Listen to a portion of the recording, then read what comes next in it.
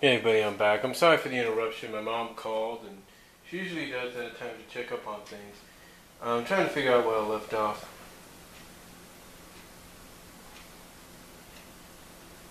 Okay. And it's kind of good that I stopped there. I was at 13 minutes and knowing me, I probably would have been over. But anyway, continuing on where I left off, and I quote, Sonic and Amy are about to tear into him, that being Silver, but Tails allows him to continue speaking, and he admits that he's been wrong, and due to this, he's here to help save Sally, not destroy her. Back in New Metropolis, we see Nicole back into control of the nanites and building Castle Acorn. While talking to Rotor about how Naugus is dying and how she's building a device to help save him. When the castle nanites start going crazy. We then see Cheese bringing the Tails doll over to Cream, who finally puts two and two together about how the Tails doll simply doesn't add up, and tells Rotor right away about his suspicions. Back with Team Fighter, Silver is back to explaining his thought process and admits that history itself had lost the details of what happened 200 years ago, saying that Sally was a traitor, but didn't mention that she was doing everything against her own free will. He claims that his mission is to help save Sally now, and Sonic finally allows him to take along, and they manage to break into the Death Egg from underwater. While fighting off the Legionized whale, with thanks to Silver's help. However, the whales manage to warn Robotnik about the intruders, causing Robotnik to send Sally out to kill them and buy time until the Genesis wave is ready to go. Sally and a few robots go to confront Sonic and he bashes her against a wall, primed for a point-blank shot from her laser. Sally and a few robots go to confront Sonic and he bashes her against the wall, primed for a point-blank shot from her brain laser. Back in the city, they set up a trap for the Tail Star and catch him in the act of sabotaging some nanites when our heroes jump out to confront him, and then it transforms into some crazy huge alien tentacle monster ready to take on Team Freedom. Back with Team Fighters, Sally's brain laser, for some reason, is about to disorient Sonic even though it missed, and instead of Amy trying to help fight Sally, she goes over to wake Sonic up and is about to be blasted by Sally's brain laser when Silver knocks her out, just in time for the Genesis wave to activate and start the crossover. My thoughts, as I said before, the Silver Traitor reveal is a tremendous letdown, and the fighting in the comic was a little on the lame side when it came to the fight against Sally. You essentially had Sally with two goon robots, yet suddenly our heroes were beyond weakened and Amy became totally useless for some complete unknown reason, choosing to run to Sonic rather than to help continue to fight Sally. Even the Arctic Freedom Fighters had suddenly gone missing during the Sally fight, and you only saw two of them. And Irma had suddenly forgotten she could turn invisible to help save the day during the fight, turning instead into a helpless woman needing saving from one of the guys.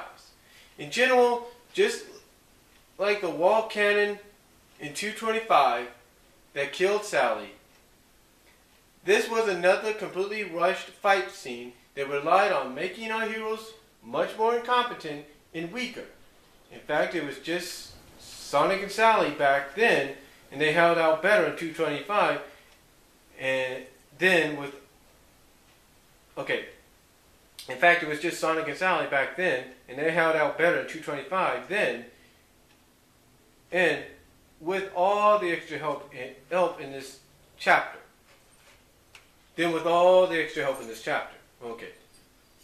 Just to give Silver the chance to save the day in the end, when even without him, they would have been able to hold their own if the characters didn't magically go missing or completely forgot how to fight randomly.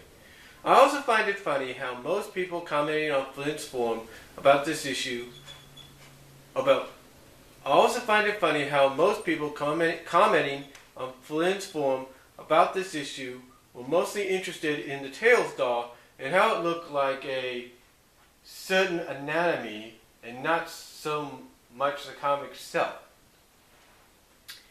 Kind of showing how little impact the traitor reveal had on everyone. I also find it dumb how Amy was so incredibly cold throughout the issue, even though she was completely covered up in clothes. Yet the naked guys weren't bugged by it one bit. I know it was supposed to be a joke, if nothing else, but it just made me sigh. It was nice that the Tails doll was finally figured out, though. And that Cream was taken seriously about it, even though I'm kind of curious what exactly it is allowed. Okay, even though I'm kind of curious what exactly it is to allow such a huge monster to exist in that little doll. Yeah, whatever.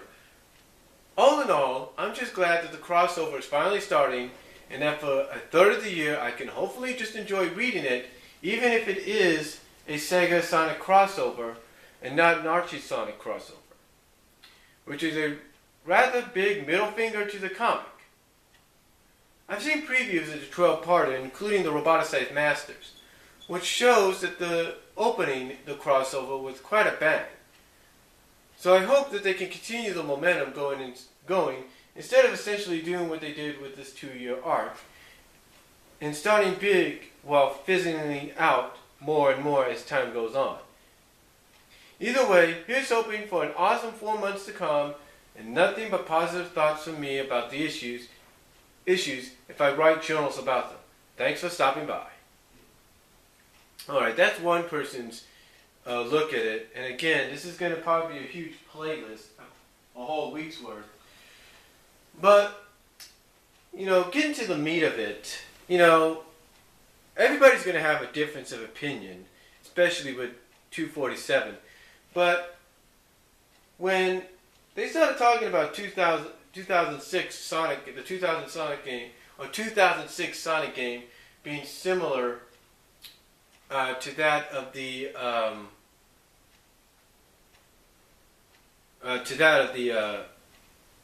to what's going on in the comics, I guess it does kind of make a little sense, but you have to understand why they might have changed it up a little bit. One, you can't have Sonic really die in the comics. If you have him die in the comics, it doesn't make sense. It's an all ages thing. It's like the games and the comics. Yeah, they're two different entities of the Sonic franchise, but you can only do so much in the comic.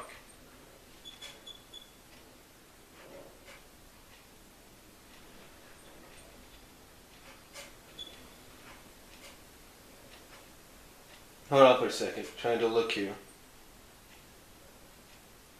Now, the one thing they brought up, which really surprised me, I didn't think anybody would ever bring this up, was the way they look at the whole situation of Silver going into the future of 25 years, 30 years later.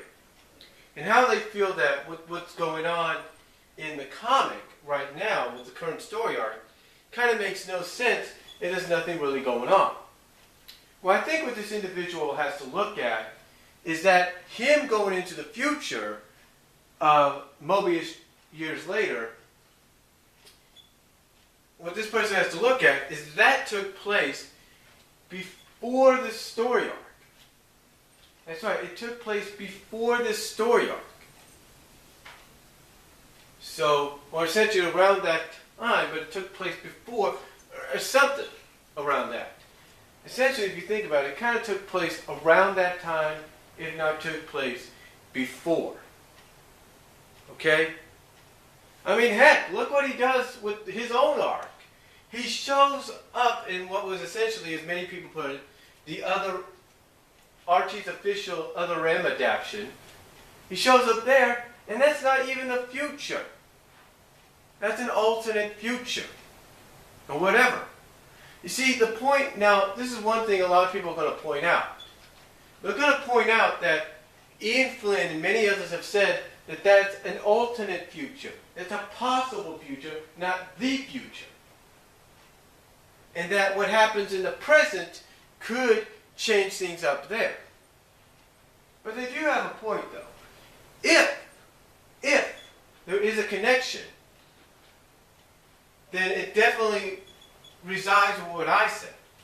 You see, I look at the possibility that Ian Flynn, being who he is, and how he loves to put little shock values, twist, whatever you want to call it, I would not be surprised after it's all said and done, Silver goes back to his future, and it's still the same, and there's that twist there. Like, oh, wait a minute.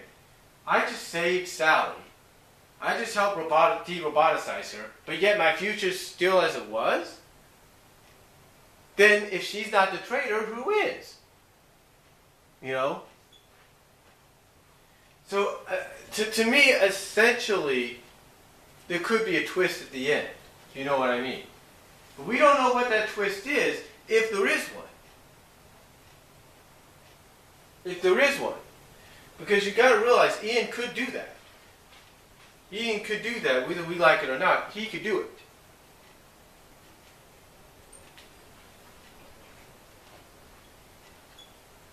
But again, for them to make the comparisons about the story plot and the fact of the redesigns, I can understand how he looks at the redesigns and says, well, that's not how it's supposed to be.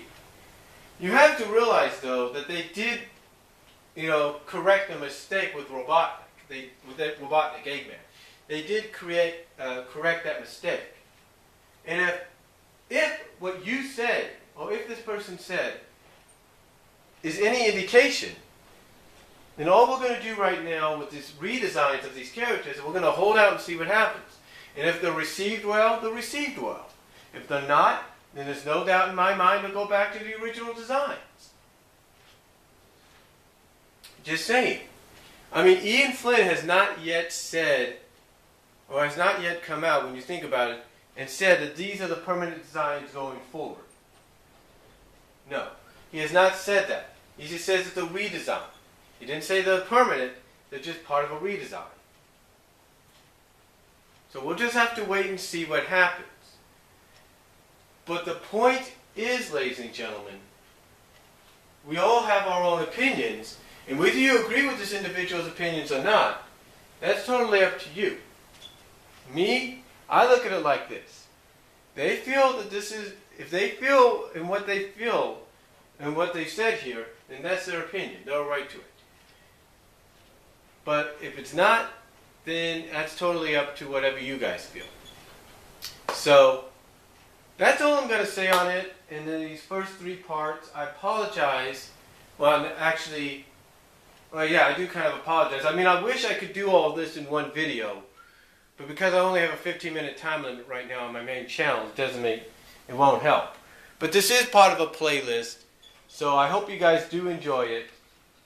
Take your time in watching these as more will come around. And some of them might be audio related, audio-video related, while others will be like this. But again, take your time in watching it.